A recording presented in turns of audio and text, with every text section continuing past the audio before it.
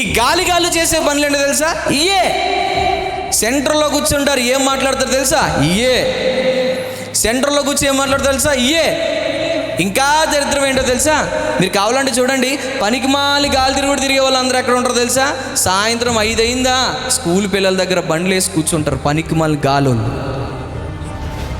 సాయంత్రం 5-6 అయిందా కాలేజీల బస్సుల దగ్గర, ఆ సెంట్రల్ దగ్గర, ఆ కాలేజీల దగ్గర కూర్చుని వెతుకుతూ ఉంటారు ఎలాంటి దౌర్భాగ్యమైన స్త్రీ ఎవరైనా దొరుకుతుందా అని. మీరు కావాలంటే చూడండి, బస్ స్టాండ్లో కూడా వెళ్ళండి.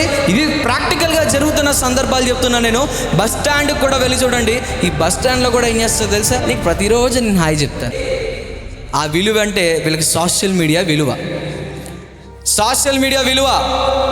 రీల్స్ చేసుకోవడం పిచ్చి, అందంగా కనిపించి అందరితో పాటు నువ్వు సూపర్ అనిపించుకోవడం వీళ్ళకి పిచ్చి.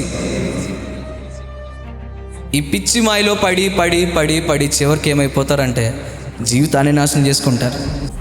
వాక్యం తెలియపోతే గాలి తిరుగుళ్ళే. యవ్వనస్తులే కాదు, పెద్దవారైనా సరే వాక్యం ధ్యానించాలి. వాక్యం ధ్యానించి కూర్చుని దేవుడు ఏం చెప్తున్నారు, ఆయన మనసు ఏంటని ధ్యానించాలి. ఆయన ఏమో పరలోకం నుంచి దిగి నీ కోసం నా కోసం కిందకు వచ్చి ఆయన రక్తం కార్చి నిన్ను నేను విలువ పెట్టి నా రక్తం ఇచ్చి నిన్ను కొనుక్కున్నానని చెప్తే ఈ గాలి చెప్పే మాటలేంటో తెలుసా? ఆ గాలి రమ్మందంట, ఆ గాలి ఏదో చేయమన్నదంట, ఆ గాలి ఏదో చేయమంటే వీడు ప్రాణం తీసేసుకుంటాడు. జీవితాలు నాశనం అయిపోతాయి. ప్రేమకి అర్థం ఎవరో కాదండి, యేసు ప్రభువారే. అంత గొప్ప ప్రేమ ఎక్కడ దొరుకుతుందండి? మీరు కావాలంటే ఆలోచించండి, మీరు బాగా ఆలోచించండి. మీకోసం ప్రాణం పెట్టే వారు ఎవరైనా ఈ సృష్టిలో ఉన్నారంటే మొదటగా కనిపించేది యేసు ప్రభు వారు మాత్రమే. ఆయన తర్వాత నీ కోసం ప్రాణం పెట్టేది నీ తల్లిదండ్రులే. నీ తల్లిదండ్రులే నీ కోసం ప్రాణం పెట్టాలి, ఇంకెవరు పెట్టరు. అలాంటిది అలా వచ్చి మధ్యలో వెళ్ళిపోయిన అమ్మాయి కోసం ప్రాణాలు తీసేసుకుంటున్నారు యూత్ ఈరోజు. అలా కనిపించి ఎలా వెళ్ళిపోయిన అమ్మాయి కోసం, అమ్మాయి లేకపోతే నేను బ్రతకలేనని డ్రగ్స్ తీసుకుంటున్నారు ఈరోజు. వ్యసనాలకు అలవాటు పడిపోయారు ఈరోజు. కుటుంబంలో సమాధానం లేకుండా భయంకరంగా బాధపడుతున్నారు ఈరోజు. ఎందుకు ఇదంతా జరుగుతుందంటే కుటుంబంలో దేవుని వాక్యం లేకపోవడమే, సత్యం లేకపోవడమే, సమాజంలో సత్యం లేకపోవడమే, సరైన బోధకుడు తగిలి వాక్యాన్ని గట్టిగా చెప్పి మండించి నీ జీవితాన్ని మార్చమని చెప్పేవారు లేకపోవడమే. ఎవరున్నారు ఈరోజు? దేవుని కోసం పని చేయాలని మనసు కలిగిన వాళ్ళు ఎవరున్నారు ఈరోజు? దేవుని కోసం, ఆయన వాక్యం కోసం కష్టపడన్న వాళ్ళు ఎవరున్నారండి ఈరోజు? ఎవరి ఆనందం వాళ్ళదే.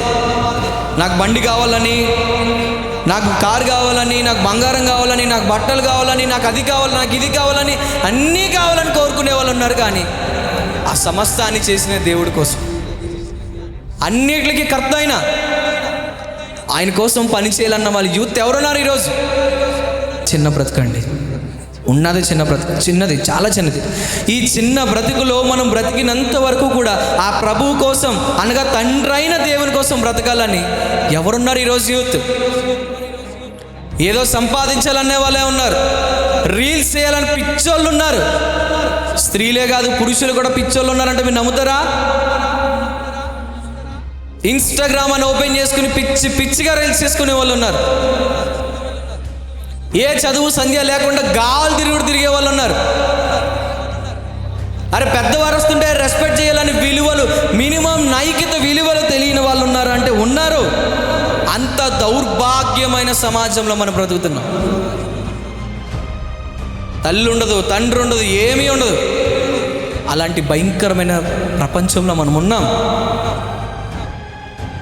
ఇది మారాలంటే, మన జీవితం మారాలంటే వాక్యాన్ని అంగీకరించడమే.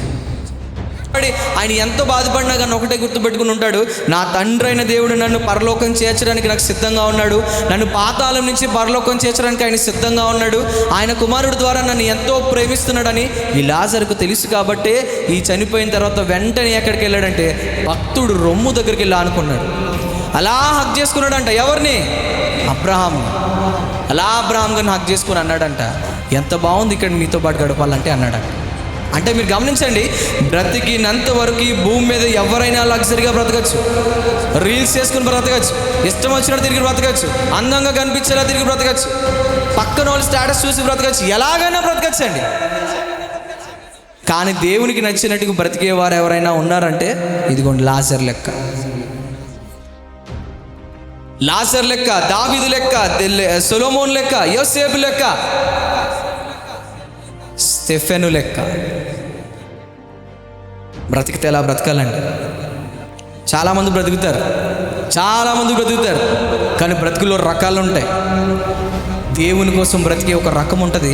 అది నువ్వు బ్రతికినంత వరకు బ్రతికితే ఏ గవర్నమెంట్ కూడా నీ ముందు సరిపోదు. యూనివర్సల్ గవర్నమెంట్, ఆ గవర్నమెంట్ దగ్గర మనం మంచి పోస్టింగ్ కొట్టాలన్నా, ఆ స్థాయిలో మనం దేవునితో పొగడ్చబడాలన్నా, భక్తుల దగ్గరికి మనం చేరుకోవాలన్నా బ్రతికినంత వరకు నీతి న్యాయంగా అనగా ఈ సత్య వాక్యాన్ని అంగీకరించి ఆయన వాక్యం బట్టి బ్రతకడం తప్ప వేరే ఏమీ లేదు. ప్రేమించమన్నాడు, శత్రువుని ప్రేమించమన్నాడు, అందరినీ ప్రేమించమన్నాడు. ఆయన ఏం చెప్పినా కానీ ఆయన చెప్పినట్లుగానే చేయమన్నాడు. యథార్థంగా ఉండమన్నాడు. ప్రతి ఒక్కరిని కూడా సహోదరి భావంతో చూడమన్నాడు, సహోదరు భావంతో చూడమన్నాడు.